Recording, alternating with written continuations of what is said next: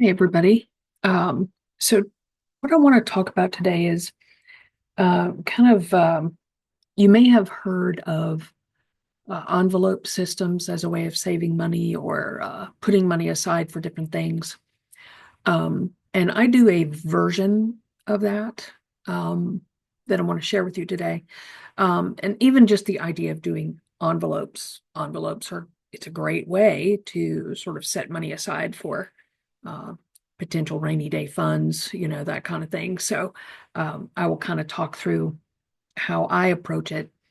Um, and essentially, the whole idea here is now I do have multiple income streams. So I am diverting money to kind of this overall planning. So I don't traditionally do like a budget per se.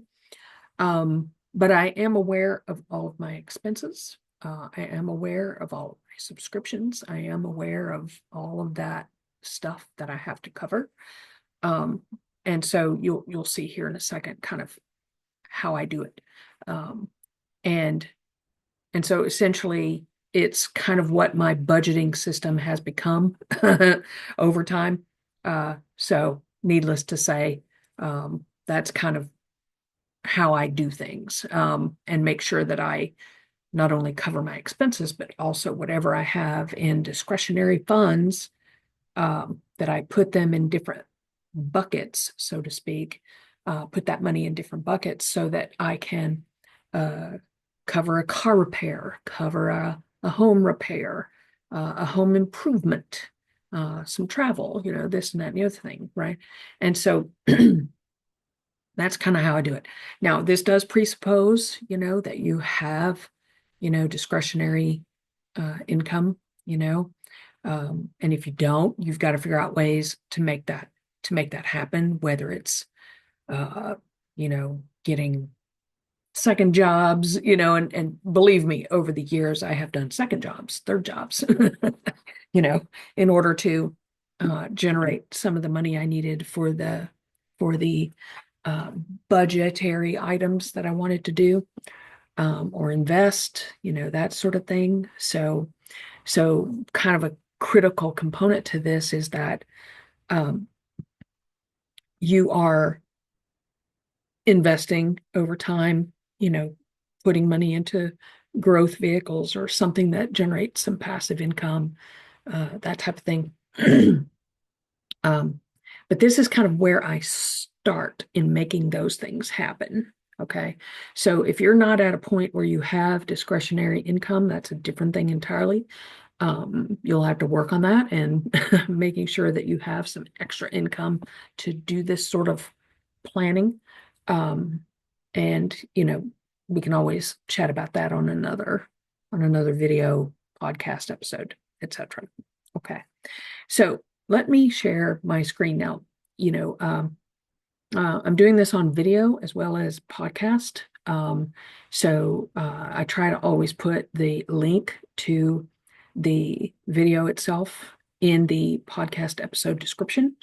So if you want to see this, you'd have to go to that video link. But otherwise, I'm going to try and describe this as best as I can as I'm talking about it for the podcast episode. Okay.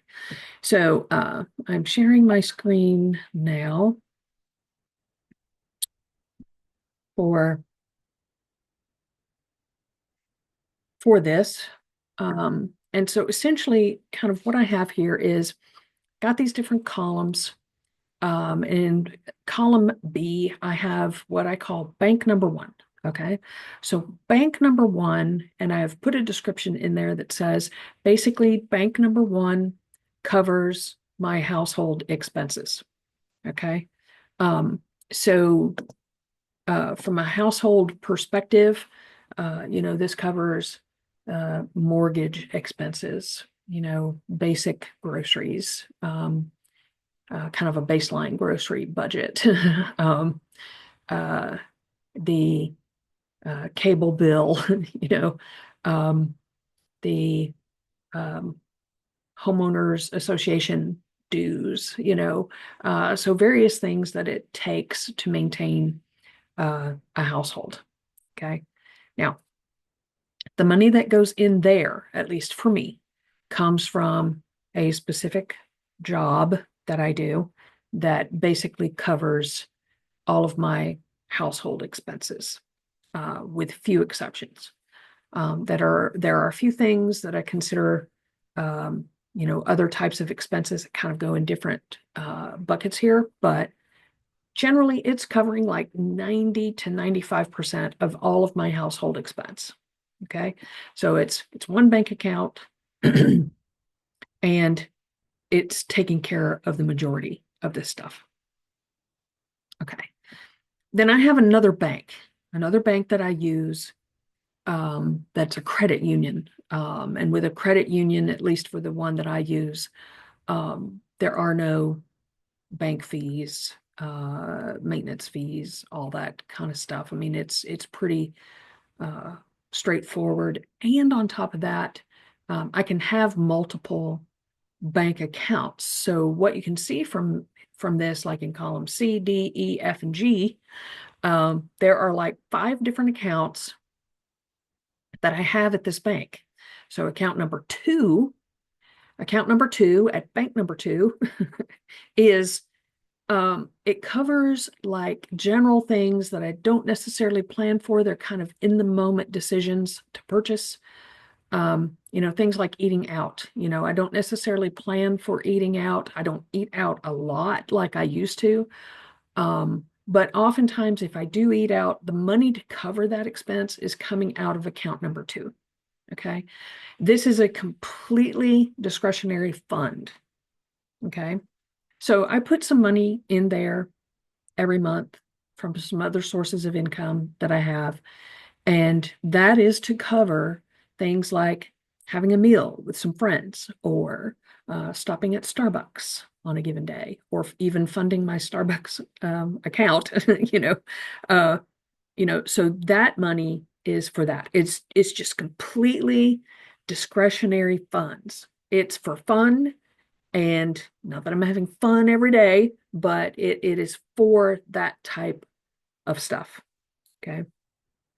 Now, I also have an account number 3 at bank number 2, and that account is intended to cover, uh, fun traveling expenses. Okay. So if we want to go for a weekend somewhere, or plan up for a big trip or something like that, the money for that will go into account number 3. That's its whole purpose. In fact, you can read books. I can't remember any titles right offhand of books that talk about this, but it's kind of like you've got your employees, I look at each account as an employee who's doing a specific function. and and so uh, that account it's earning a little bit of interest, not a huge amount, and that's not the point, right? It's for the fact that, like on the weekends we take drives often, that we enjoy, and that can often require, some gas, um, some maybe ferry rides, because I live in the Pacific Northwest, so going out to the islands requires getting on a ferry, and so very often I use the money that's in account number 3 to take care of those travel expenses.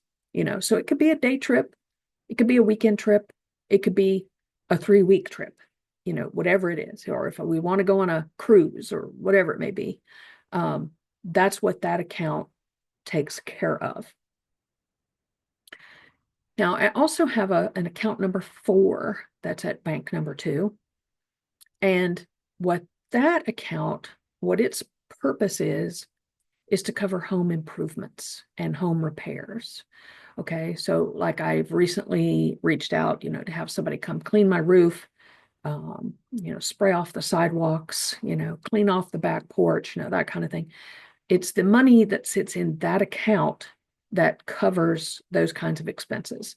If we make a home improvement, like we had windows replaced at one point, we've had the roof redone. We've had things like that done on the home. And so that account is taking care of those types of things. I also, every once in a while, make prepayments on my home mortgage. And I do that out of that account and that account only, because it's all geared towards maintaining and improving our home. Okay. Then account number five, over the years, I've gotten some different insurance products, like long-term care insurance. I've gotten that. I have also gotten I think it's called like a catastrophic event type of insurance, that if uh, if I have some major catastrophe happen health-wise, that there's a payout for that. Uh, and that account takes care of those payments. Now, for long-term care insurance, the type of product that I got, it's a 10-year pay period. So at some point in the future, those payments will cease. Hopefully, I won't have to use the long-term care insurance, but if I have to, there you go, I have it. And so that account is specifically taking care of that. Okay. And then I have an account number 6 at bank number 2. And that account is for all of my investing. So essentially, I put money into there and then I move it into different investment vehicles. And so, that may go into a brokerage account. It may go into other types of investments, but it's sort of a clearinghouse for moving money into some of these other vehicles that I have as far as investments are concerned.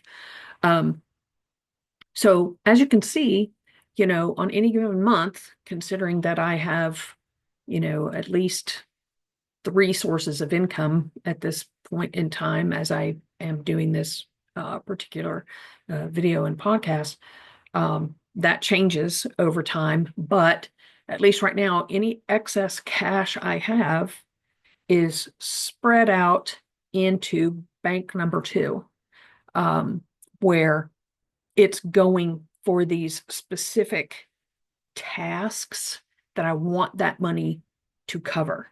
Okay. So yes, you could certainly do something like this in an envelope system. But if you're talking about dollars that are more than, say, a few $100s, I would suggest perhaps trying to find a bank where you can have multiple accounts with no maintenance fees, where it's easy to open new bank accounts as you see like new purposes for your money. Because sometimes I have a few $1,000s in these accounts, maybe more, and I don't want that sitting in an envelope in my house. Okay. So that's kind of why I do it this way, as opposed to doing a an envelope system. And also, just so you know, when it comes to things like an automobile repair, like getting the oil changed or any kinds of repairs that need to be done on that, oftentimes my home improvement account is kind of where I pull that money from. I don't have a separate one for the car. Just so I covered that, because as you know, sometimes car repairs can be a fairly expensive thing that comes across that you have to take care of. So anyway, I just wanted to share kind of how I look at handling my discretionary funds in a way that hopefully makes sense to you. And it is sort of my budgeting system, if you will. Not that I keep track of it necessarily, but like I know what kinds of expenses are hitting, the bank number 1 that covers my household expenses. So for example, I have a credit card where all of my household expenses go, of course, except for my mortgage. They don't allow that anymore. And so I just pay for it all out of that particular account. Okay. All right, so thanks so much for watching and or listening, and I'll talk to you again soon. Thank you.